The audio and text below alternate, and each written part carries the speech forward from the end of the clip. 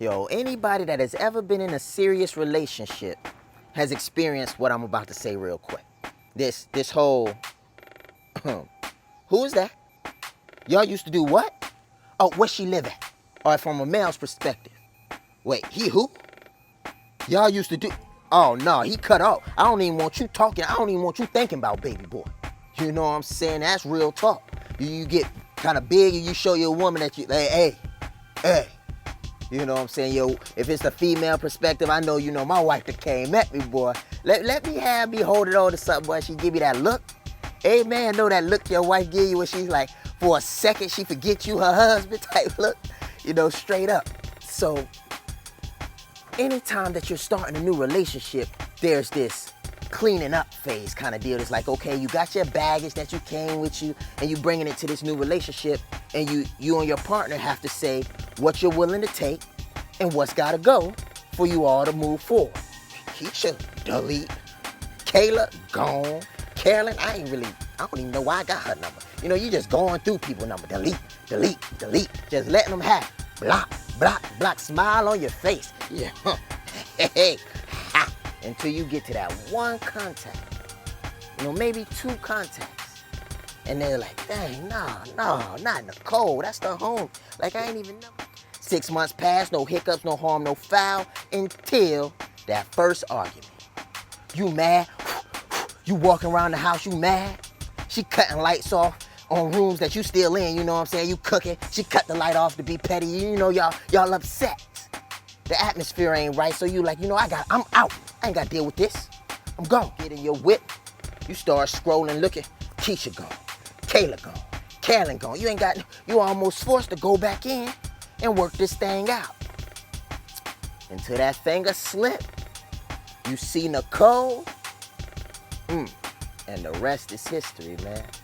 We have to stop allowing our set-asides to set us up for a backslide.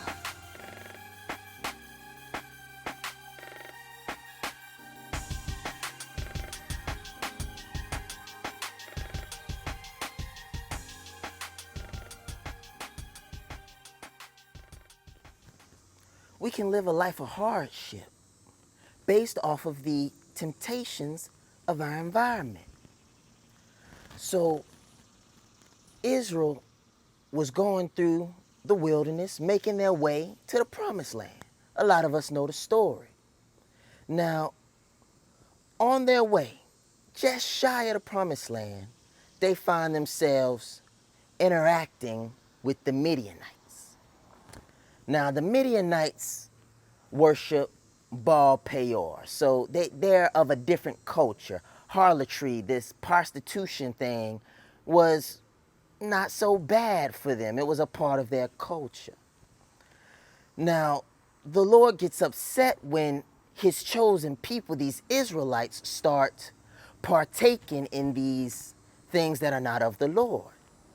And he plagues them. Over 20,000 people, Israelites, are dropping dead from this plague. And there takes Eleazar, one of the priests, to come through and boom, throw a spear through the hearts of one of the prostitutes and through an Israelite male who was trying to get other people in the Israelite community to partake in the same harlotry. So after this, the plague starts to subside, things start to go back to normal, and there has been reconciliation. So we bring this to modern times. You got your girl, and you're committed. Nicole is like the Midianites. Nicole is single. She ain't got no cares in the world. She out there twerking. She living her best life according to her place. You know what I'm saying? So you, being a committed individual, might not be able to kick it with Nicole, and on the female tip, might not be able to kick it with Malik. You know what I'm saying? Y'all are from two different places, two different cultures. So for that committed man to be out there, oh, that's right, Nicole, back that thing up, girl. Yeah, he just out there living, doing all the things that he knows his girl would not approve of, you know what I'm saying? And then he out here flirting. He got all these other girls, and the plague that comes on him is not going to be 20,000 people dropping dead. It might be that $20,000 car he got getting bricks thrown to it, doggone tire slashed up, spray paint all over the rims. He go out there, he like, oh, whew, what's going on? I can't live like this. I can't live like this. He gets a Lazair moment. And forgive me, I may be mispronouncing his name, but I'm doing the best I can with the Greek and Israelite, names. But this individual, he realizes that he can't live like this, that what's going on isn't right. And as long as this keeps going on, he's going to continue to have these plagues around him. So the man, he comes up to his whip. He's like, yo, old girl just tried to hit me with a whip. This other one done threw a brick through my window. My man doing all this other, like, I can't live like this. So then he realizes he's got to change. He starts changing. He goes through. He throws this spear. He throws his spear. Boom, boom, boom. He pierces these things, and he's like, I'm done with it. I'm done with it. So now he does something very similar to the Israelite people. Crawling back. Miserable. Pathetic. Just hurt. Like knowing they done did wrong by the Lord. And saying, God, take me back. Take me back into your graces. Same thing with that woman, you know what I'm saying? You're crawling back. I know I'm a dog. I know I wasn't doing right. I know. But hey, women ain't as forgiving as God, but some. Some stand strong and they like, you know what? You wasn't right. You put me through some things, but I'm going to take you back under a condition. So generally, when you find out what your temptation is or you find out where you're struggling at, you would assume that, okay, I'm cutting all this stuff off. I'm done with it. It ain't happening no more. I'm done. Wrong. Same thing with the Israelites. Same thing we do today. So the same thing happens. God is like, okay, if y'all want me to take y'all back, if we're going to do this thing right, I'm going to need for you all to do something for me. I need y'all to rid yourselves of this temptation, you know what I'm saying? Because it's just going to cause you to fall back out of my will for your lives. So he goes to Moses and he says, Moses, hey, I need you all to take out these Midianites that caused y'all to backslide. That wasn't right. So Moses, being obedient, he goes to the 12 tribes and he's like, I need 1,000 from each tribe. What y'all gonna do is y'all are gonna go and y'all are gonna take out the Midianites. So how I imagine it's going is you see the 12,000, they got their shield in one, sword in the other, 300 style, humping it out. They make it to the Midianite villages and stuff like that, and they take them out, they do what they're supposed to do, and they start making their way back. As they start making their way back, I can only imagine Moses' face. I can only imagine. He looking. He see him off in the distance. I sent them 12. Now, I don't even drink. I know. I don't see what I think I see. He got his staff. He got to be leaning it. I know.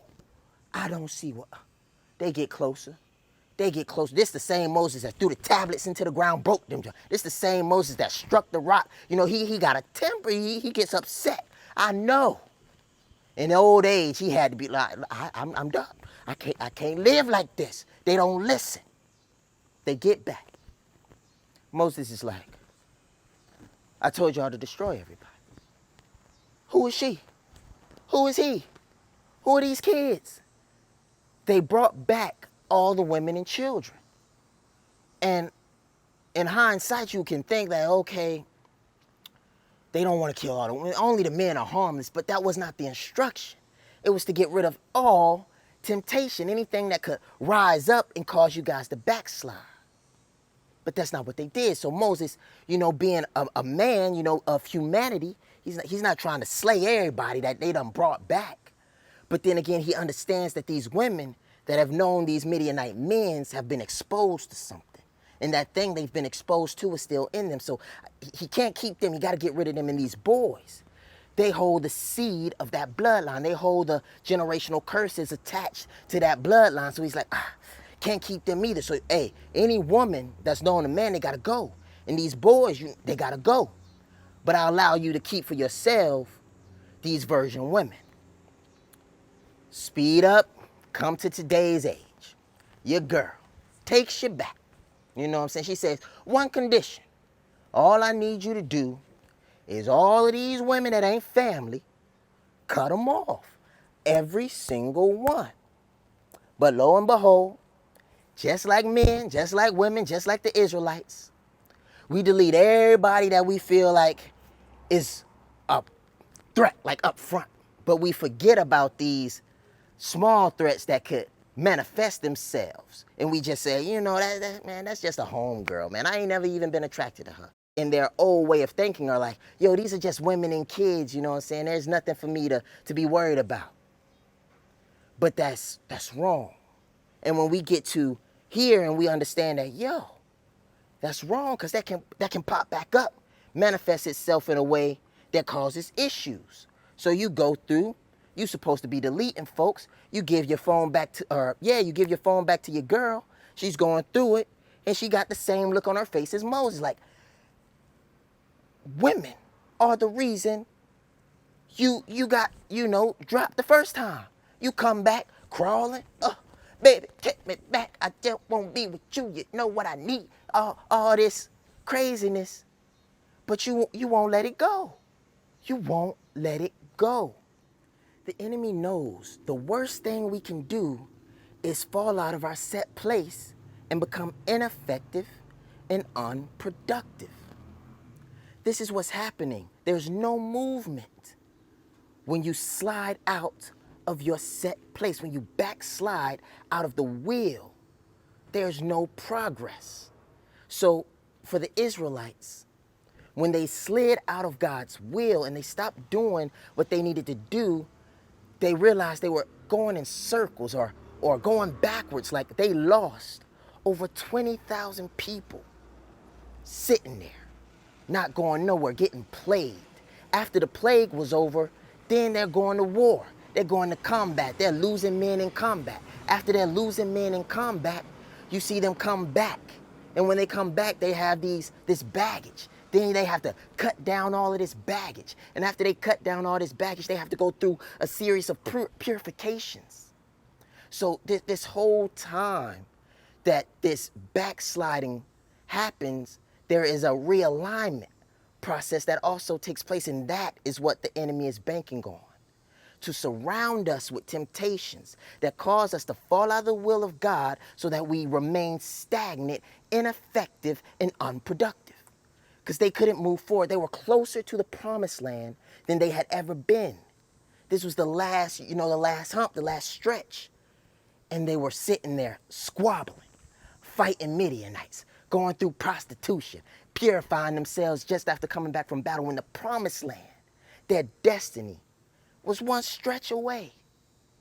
And the enemy was gaining ground. He as long as he has you stagnant, not moving, doesn't mean he stops moving. That's when he's like, oh, yes, sir. That's what I'm talking about. You deal with that, brother man. You deal with that. And he's pushing. And that's what he's banking on. Those backslides, rendering us ineffective, killing us. So the same thing in your relationship. Like if you and your lady are trying to push forward, y'all trying to get married, y'all engaged, you know what I'm saying? The promised land is marriage. But while y'all engaged, you still, hitting up these women. You still doing this, you're still doing that. And every time y'all get into a argument, you're not moving towards your vows. You're stuck, sitting there waiting. And the enemy is working. When the Lord put this on my heart, he was like, distractions is killing me. I need my people to stay focused. Do what we got to do. If something needs to be released, give it up. Like, let that thing go. How silly would we be to go through chemotherapy? Like, you got cancer. They find a tumor. You struggling. You going through radiation. You going through chemotherapy. You in the hospital. You ain't doing nothing. The doctor come in. He say, hey, how you doing today? How you doing? You doing all right? That's good. That's good. Good news. Good news. I took out 97% of this tumor. Now I left 3% behind. But hey, don't worry about it. Don't worry about it, man. Hey, you made it to me one time. Take your chances on the second. You look at that doctor, you be like, wait a minute. You go Denzel John Q. Wait a minute, right now. Right now. You're going to take all of this out right now. Because you're not trying to deal with this. But when it comes to our relationship with God and the things that he's trying, these tumors, he's trying to take out so that you can live, so you can leave the hospital, so you can leave the dialysis, so you can leave all these things and prosper. We're like, oh no, hey doc, I want you to leave that 3%. Yes, sir. I'm going to take my chances. Yes, sir. I'm going to do that. But I see you when I see you because you know it might manifest. Like, how silly would we be? And that's something that the Lord has been really trying to get me to understand is that, yo, you can do so much more for me if you let go of those things that I'm trying to take away from you. So I changed my whole mentality. I changed my whole mentality on this. I'm walking through the house. I see something. Yo, I don't need that. You can have it, Lord. Only thing I want is you. The only thing I need is what you want to give me. That fake love over there, I don't need that. You can keep it. These people over here wasting my time, these friends that I was trying to hold on to, I don't need that either. This sexual interaction that I'm having with this individual that's not of thy will, it's not doing nothing for me. I get up, I come down. I want a relationship, they don't want a relationship. They want a relationship, I'm doing something. All these things, I'm going in circles. I don't want nothing but what you have for me. And if it's the bottle, I'm pouring it out, I don't need it. All of these things that are causing me to go in circles, distractions, I'm letting them go. I'm done with them. And I feel like once we get to that state of letting it go, doing what the Lord has for us, getting to the promised land, that the kingdom will start to manifest itself more and more in this world.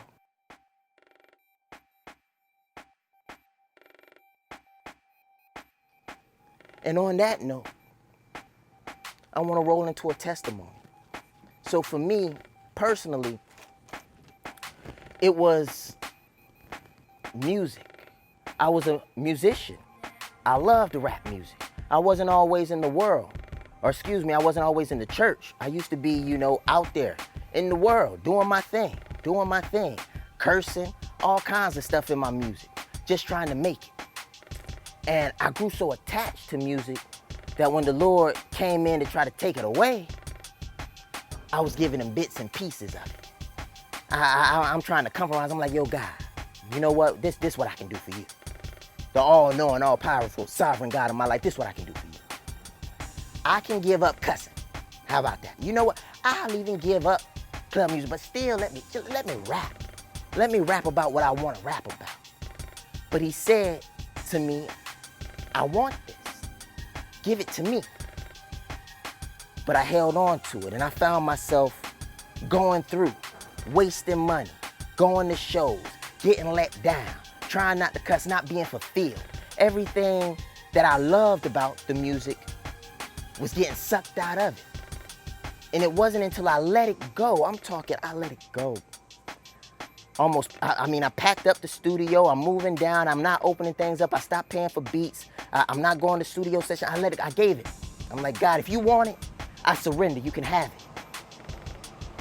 And when I did that, I realized that he was not trying to take it away from me entirely, for he put the desire in me. But the way that I was using the gift was wrong. There's things that the Lord may be asking you to give up. It could be a family member. It could be a desire. It could be a passion. But we must not lean to our own understanding, even if he takes it forever, it is for our greatest good. But most times in my life and in the lives of others, I've seen him take things away and give them back in his time. And when he gives them back, my goodness, can you use them for the kingdom? And you get more joy out of it. So be not afraid of giving those things up that the Lord has asked for. For what he gives you in return will not only replace it, but be better than what you was holding on to. I believe that. So bless and be not distracted.